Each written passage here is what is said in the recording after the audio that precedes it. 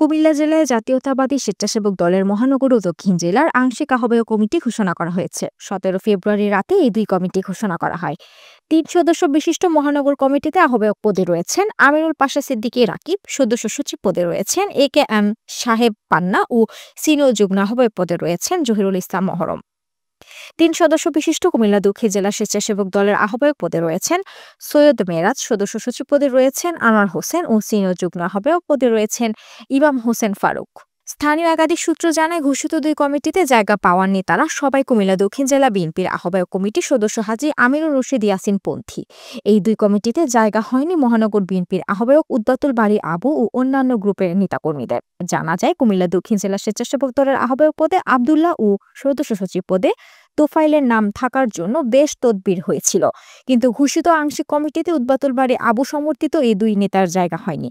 এ বিষয়ে জানতে কুমিল্লার সিনিয়র কয়েকজন নেতার সাথে কথা বলতে চাইলে তারা রাজি হননি।